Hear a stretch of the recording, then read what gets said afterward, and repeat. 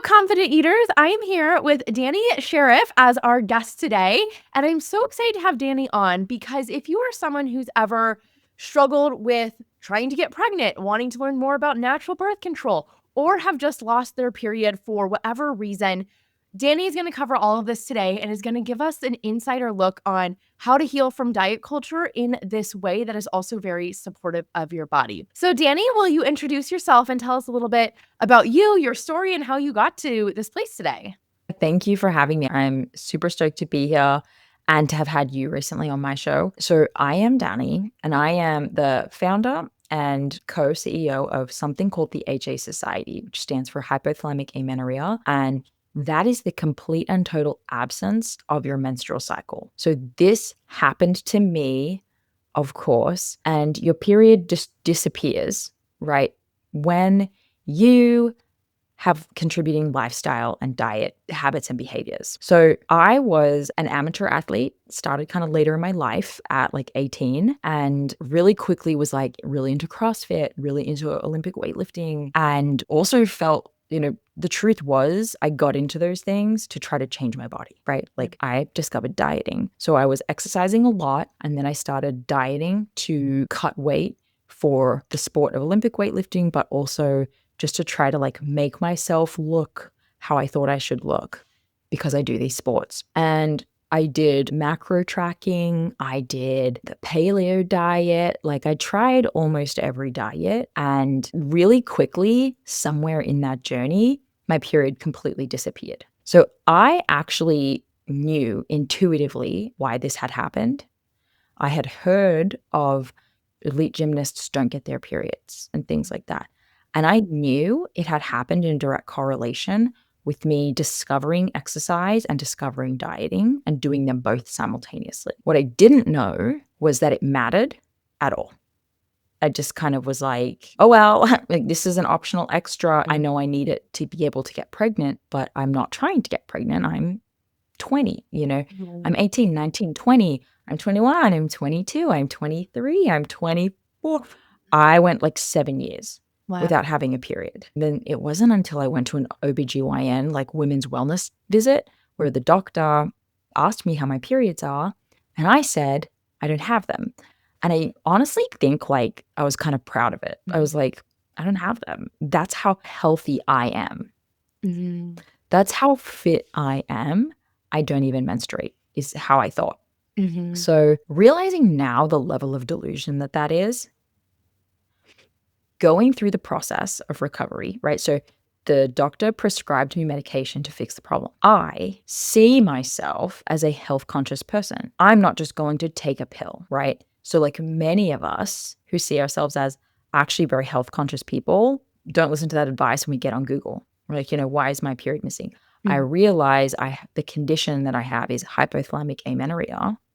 And I go on quite a long journey of discovering that the only way out of this is to stop doing the behaviors, stop over-exercising, stop under-eating, and now have a therapeutic dose of rest and food. Well, I also want to add this is I was also binging and restricting at the time a lot because my weight loss process of macro tracking was so restrictive that every 1 to 2 weeks, I would just totally like binge out all night or for 2 days. So I was never really losing weight, which kept me in a constant cycle of trying to lose weight. And the binging kept taking me out of the caloric deficit. But for the rest of the week, I was always in a caloric deficit.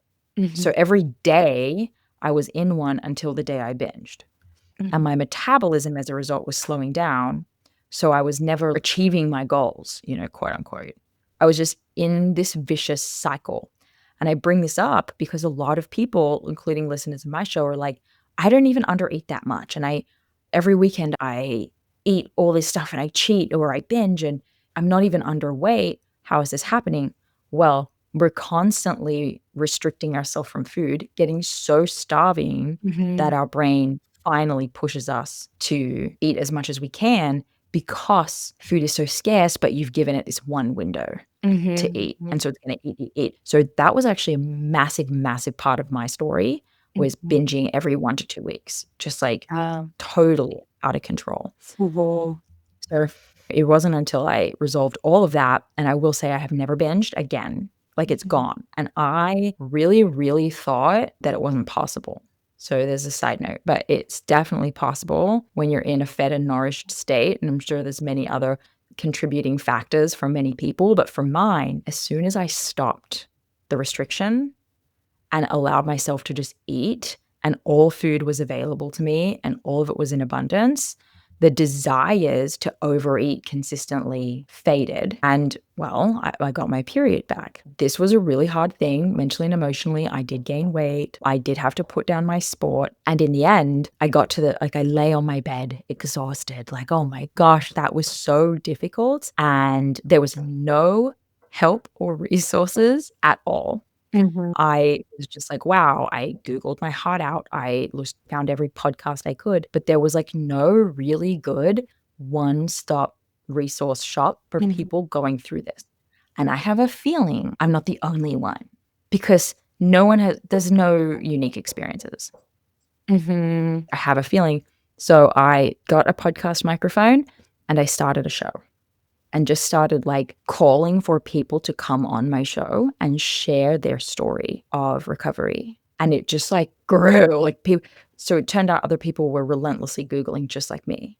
Right. So it grew. And so then I started this community. Now we have a full team. I went back to school for fertility. So now I work with women who are trying to regain their fertility, get their ovulation back, get their period back, many of them with the goal to get pregnant. And just like all these women are having these massive life transformational experiences, just like I'm sure you see women do when they get freedom from binging. When we get freedom from restriction, their entire lives change. That's how we ended up where we are today. There's so much to unpack there. And I want to start with, when do we know that it's a problem that we've lost our period? Because I was just on a trip with two girlfriends, and both of them, we were talking and they had told me, oh, I actually haven't had my period in a year. And I was like, oh my gosh, you got to go find Dani. I'm having her on my podcast next week. Like, go check her out. She's going to tell you all about it. But it got me thinking, at what point is it that it becomes a problem? Because I think a lot of people do think, as you did, oh, I'm really healthy. I eat really clean. I do all these things.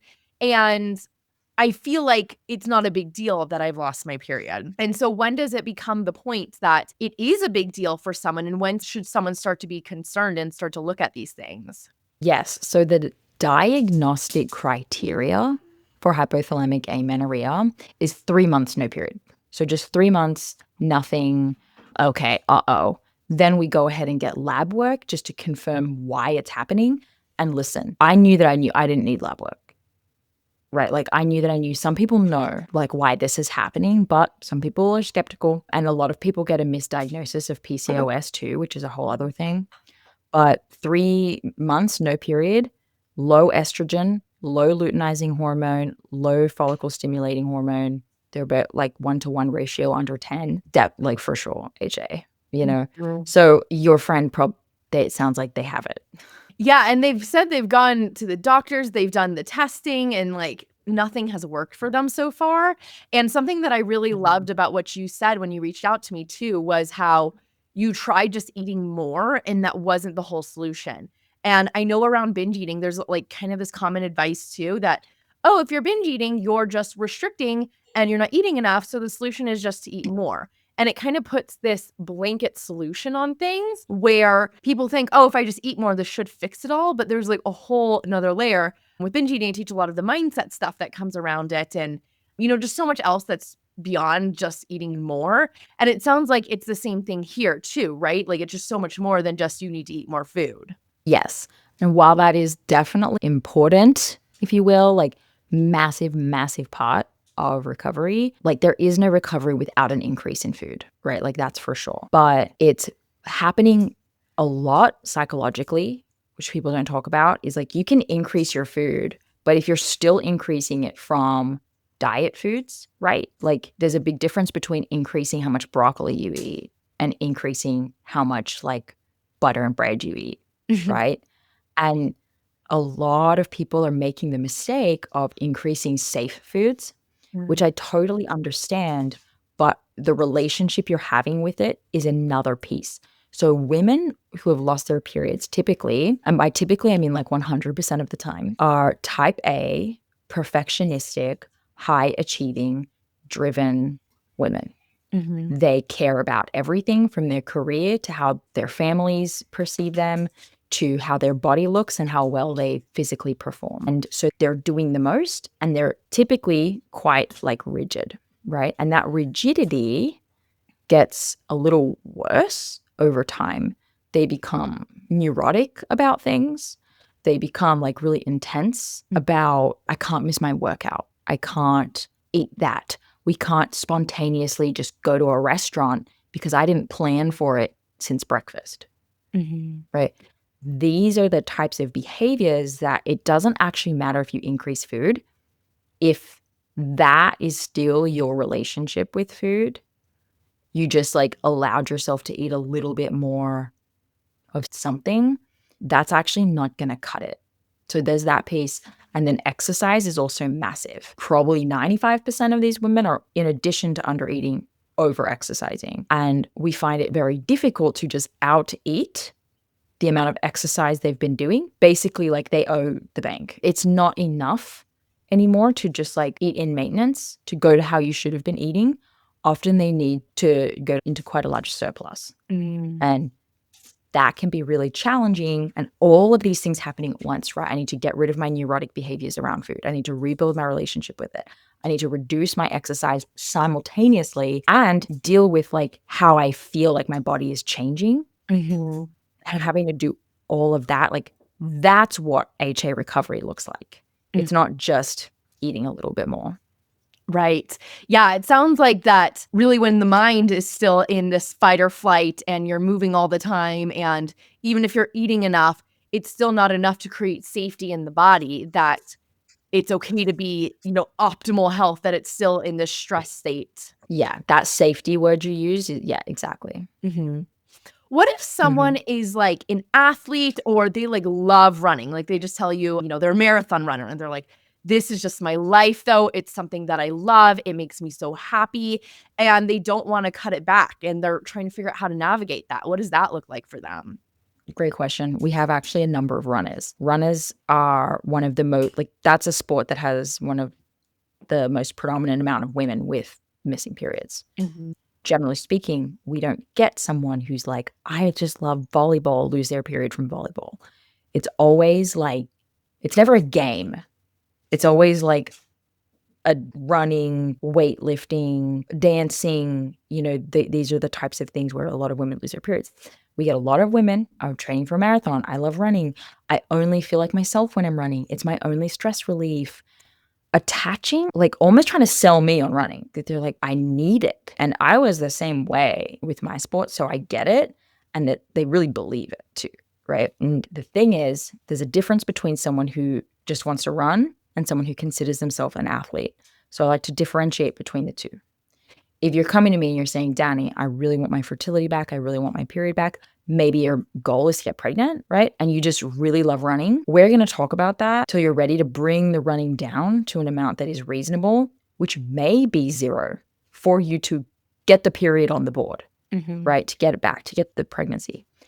Now, if you're coming to me as a runner, which people do, I have people where it's like their job. They have scholarships and they're on the running team, or they qualified for a marathon and this is their life. And they've said, I'm not looking to get pregnant. This is my 100% goal. I'm going to meet them where they're at. But, and you said this in your example that you gave me, you're like, I really don't want to do less running. That is where it changes. That's where you cannot really tell me, hey, I need to run this much. Now, how do we work around this?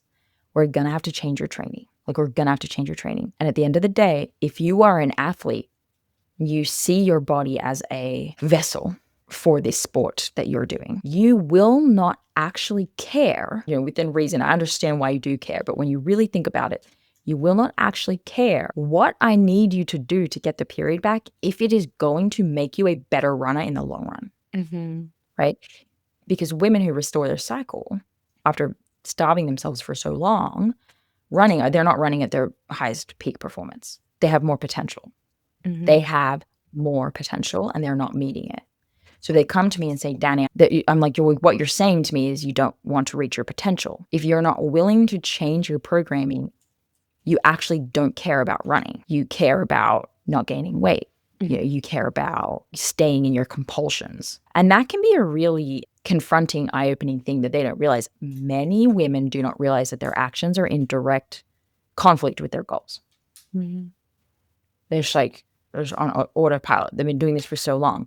But when we get women who are running to reduce their volume down, to reduce their sessions, to move their workouts from fasted 5 a.m. to 2 meals and some snacks in your stomach in the afternoon, we see massive shifts. So we do work with runners, but we have to change a lot. We have to change when they're running, how they're fueling for their running, how much they're running. And if they're not willing to make any adjustments to that, then they don't actually care about running. Yeah. I think that is such an important mindset shift to see that I think can help a lot of people if they're nervous about cutting back on a little bit of exercise or changing their training routine around it.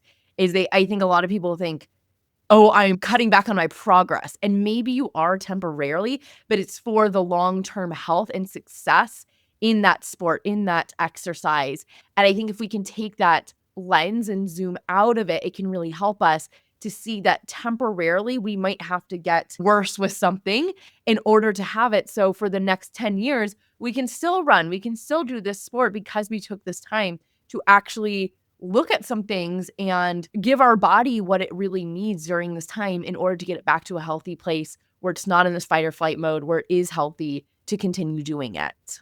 Totally. Oh, yeah. Because if you keep running without a period, you're on the fast track for osteoporosis. So try running for many, many years with brittle bones, right? So this needs to be treated as any sport injury. The challenge with this is that it's not painful to have a missing period. In fact, it's convenient. Yeah, kind of nice. I don't have to get my period every month, like even just beyond an identity thing of I feel extra healthy. And kind of in my mind too, it's like, oh, it's kind of nice, to not have to worry I about. didn't feel basically any symptoms. I was super neurotic and kind of painful to be around as a person, right? Because no estrogen makes you a shitty person, to be frank. But I was fine, right? So until someone's trying to get pregnant, they're often not ready and willing to address this issue. But there are women out there who, there's two voices in their head, right? There's the one that says, oh, this is a problem. And I know logically I need to resolve this for my sport, for my health, for my longevity. But like primal instinct, anxiety, I'm afraid of this and I don't, change is too hard, right? And the amount of pain you have to go through to recover right now is usually greater than the pain you're in by not taking action until later. So it requires a lot of delayed gratification and it requires actual discipline. And I say this to women who are type A, perfectionistic, right? They see themselves as disciplined. I do hard things. I'm not a lazy person. I do things that most of the population would never be bothered to do. That is the type of woman who gets HA. And then they're in this situation and it's like, oh, you thought you were disciplined, but it turns out you're only disciplined when you get an audience. Women realize that actually they only have discipline when they're able to get external validation from the actions they're taking, that they can be disciplined. But to actually choose themselves, they don't have the discipline. And this is eye-opening because this entire time they have operated under the narrative that they're doing this for themselves. I run for me. I just do this because I feel great. I just don't feel good about myself in this body. All these things, and they will convince themselves that it's for them. But it's not possible for it to be for them if you're actually not willing to do what you need to do for health, if it makes you lose weight or maybe you can't run temporarily. It runs really, really deep and people will fight me on it for a while because they truly, truly believe it. So you mentioned osteoporosis is like one of the things that can happen if someone is running and isn't in this healthy condition. What are some of the other long-term impacts of HA and not getting your period? And do those impacts get worse as the longer time span goes on without your period? Or is it like the second that you stop getting your period, the health consequences just start coming on? Yeah. And to be clear, the osteoporosis has nothing to do with the running. Like anyone can get osteoporosis if you have chronic low estrogen, which is the condition that HA causes. It is actually connected to many, many things. The female brain is extremely estrogen dominant. This is why the anxiety, neuroses, a bit like loss of libido, all of these things happen when you don't produce estrogen. So we actually call people who have HA the walking dead. It sounds dramatic, but it's true. Your metabolism is completely down. You have low blood pressure, you have high cholesterol, you have all of these knock-on effects. And the high cholesterol thing is very, very common. And what do people do when they find out they have high cholesterol? They diet harder, right? And so it just keeps perpetuating. So yes, deteriorating bone health is a long-term consequence.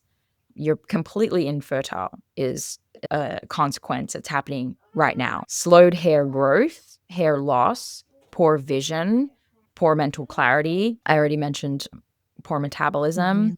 Your digestion is one of the most common symptoms. So, a slowed down digestion. This is constipation all the time. This is developing intolerances. And then those things make you further restrict food. And then the cycle continues. There have been some really interesting links, but for not just the brain health, but also heart health, cardiovascular health, if women have prolonged not enough estrogen. We've all seen how uncomfortable it is for women to go through menopause. That process starts early, and that is something that's essentially happening immediately. You're actually in a menopausal state. Your lab work looks a lot like menopause, right? So there's a lot happening. It's like moodiness, hot flashes, dull skin, poor sleep. Not all of these happen to everyone. I didn't have any of those symptoms, quite frankly, but many people do. And it's a luck of the draw genetic thing, how badly your symptoms hit you or how quickly they hit you. But no one is like 100% safe from HA. There's not someone who can just have HA and have no detriments. Just some people have the discomfort and the symptoms show up sooner than others, but it's coming for you the longer you leave it. Yeah. And I think that's so important for people to hear, like all the effects that can come from it. It's not just something that's like, oh, no big deal. This is just something my body's doing right now, but it really does have those long-term impacts. And it's really your body telling you that something is wrong. Like, right? Like that's one of our most essential functions as a woman, and it's not happening. Yeah, the massive alarm bell. It's not an optional extra, and everyone, including your doctors, will make you think it is. They'll say, oh, don't worry about it. Just come back when you want to get pregnant. We have heard this so many times. They're acting as if you're buying a car and you can just choose like not to have the fancy model with the bells and whistles. Like, no, it's the engine. You need it. It's not the heart. It's not the lungs. The body is choosing to remove it from the day-to-day activities right now because it's not essential for life today, but it can't, like, you'll bleed it dry. You cannot go forever without turning this function back on. So it's really smart. It's a very, very smart mechanism of the body to downregulate non-essential for today functions of the body, such as reproduction, but also such as being able to poop every day regularly. You know, these are all blood pressure being low, heart rate being low. These are all signs of down regulation. They're not signs of more health. And that you cannot live like that forever. That's why you're the walking dead. The people who are afraid of eating more, moving less, gaining weight because of that, what do you tell them to help them start to shift into doing the right things that they need to do to recover? I don't pressure because I was there, right? It's something that if this is the first time you're hearing about it, you need to sit with it. Like I remember the first time I ever heard someone say in the context of HA, who said it's not okay to just have some body fat? Who said you had to always be dieting? I remember thinking that's the stupidest thing I've ever heard. That's how focused I was on that lifestyle. So of course it's terrifying. It's something that you need to just like allow yourself to learn about and not feel pressure to take action. I truly feel like that's why we have the podcast, right? If this is you don't have a period, go listen to the podcast, go watch our YouTube channel, go read all of our articles, and just get your feet wet in identifying yourself in this information. Oh, that sounds like me. I do this. I do want this. I do challenge with that. If it is too scary for you to take action today, you need to just start learning today. And then I promise you the rest will come, because once you know that what you're doing isn't serving you, and once you know that it's not actually right, it's really hard to keep going down that path without questioning everything. So I really just encourage women to educate themselves on the importance of their menstrual cycle, what it looks like to restore a menstrual cycle back, and just start getting comfortable with it. The first place that people tend to go to around this is their doctor. What do you do with people that might be different than what someone would do with their doctor? I wish so much that doctors were better equipped for this. I wish it was a great place for people to go, because the way that our culture works is something's wrong and I go to the doctor. We need to have a shift that is hopefully coming in the next 10, 15 years, where people actually go to more health coaches first and then doctors for escalation, not the other way around, because doctors practice medicine. That is their scope of practice. That is what they go to school for. It's not their fault, I don't think, that everything under the sun says consult your doctor first. Because your doctor over there is please don't. We're busy dealing with people with actual illnesses or whatever. Their scope of practice is medicine. And when you go into a doctor's office, for the most part, they think you're coming to them with a problem that you want a medical solution for. So you can't be mad when you're given a medical solution, when what you actually wanted was a holistic solution, because that is not what they do. So doctors prescribe. So if you come to them, they're going to prescribe to you progesterone or the birth control pill or HRT, extreme things that also don't do anything. Don't do a single thing for HA. I cannot stress this enough. This is not just me on my high horse being you should want to do it the holistic, healthy way. It's not. There is no medical solution. Anything that they are offering you is trying to delay, see what happens, so you come back and then they can kick the can down the road. Or B, they think it kickstarts a cycle, but that's just not how it works. You might get a bleed from one medication and then it will never come back and you're back in the same boat. So that's the difference, is we're actually solve the problem, the lifestyle problem you have with lifestyle changes, and they try to band-aid the problem with medical solutions. It's not their fault. It's not that they don't believe in what we do. They actually, shockingly, just don't know about this. Basic bodily function. They actually just don't know about it. And they'll send you to a specialist and then you'll end up with a PCOS diagnosis because that specialist also doesn't know what they're looking at. I love that. It's crazy. And I mean, yeah, I love that. I sound anti-medicine. The doctors go in and how they're just there to prescribe you a medication. That's what their knowledge is in. And I feel the same way with binge eating. When people tell their doctor that they're struggling with food, they're struggling with weight. They had other medications like Vyvanse that they might put them on before. Now it's the GLP-1s that people are going to their doctors for and asking for. And it's the same thing. GLP-1s are not solving binge eating, or they're not solving obesity. They're putting a Band-Aid over it temporarily until they come off of it and they're right in the same position. So I think that's a really good mindset to have around it, that, if I'm going to the doctors, I'm going to get a Band-Aid solution. And, my perspective around GLP-1s is that there is a time and place for a Band-Aid solution in a life-threatening emergency where, if someone is 500 pounds and they cannot walk anymore, you might need a GLP-1 to get that started, but it's not going to be the solution at the end of the day.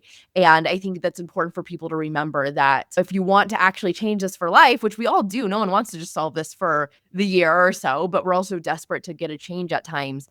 It does take more than just prescribing a medication. Absolutely. I'm curious. So if they go to the doctor with hey, I'm struggling with binge restriction, binge eating, and the doctor prescribes them GLP-1s, is that to like help them with their appetite, or is it that they think that their patient is saying, I just need help with weight loss, which is not actually what they're saying? I think it could be both. I think there's a lot of misunderstanding around binge eating and restricting and what it all means. And Mhm. I think a big part of it too is people do want to lose weight because they're often gaining weight or at a higher body weight than maybe they're meant to be at. But I heard it once described Mhm. similarly to like, we all know if you were to take a blood pressure medication, it would lower your blood pressure, but it didn't solve the reason why you had high blood pressure in the first place. And I think this goes kind of both with what you're talking about, with what I'm talking about. Taking any of these medications, it might temporarily solve it, but it doesn't solve the reason that it's happening. Yeah, and you now are reliant on that medication for that one particular, like, symptom or whatever it Mhm, is that you're looking for help mhm, with, which I think we all know now being on medications is not an ideal this long-term solution. Like, how many of us hope that we can go our entire life not having to be on medication, that we don't want that, right? And that's unfortunately the route you're likely to take going to the doctor looking for mhm. this, or even just turned away completely. Come back when you want IVF. Yeah. So, Dani, if someone is struggling with this, what would you say are some of the first steps that they should take or resources that they should go to start to get a handle on their goal of getting their period back? Yes, I actually have a present for you, for your listeners that I made. So 100%, like I said before, go and learn. So we have the Hypothalamic Amenorrhea podcast. It's a mouthful, but you'll find it. My name is Dani Sherrif, and you can just go over there and start listening, or the hasociety.com. Like, you'll find all of our resources there. But I actually have a course. It's called the DIY Period Recovery Course, and it takes people through like blind spot audits, figuring out what about your lifestyle is causing this and helping you unpack it and then create a plan for recovery. And it comes with our entire membership for a whole month as a part of it.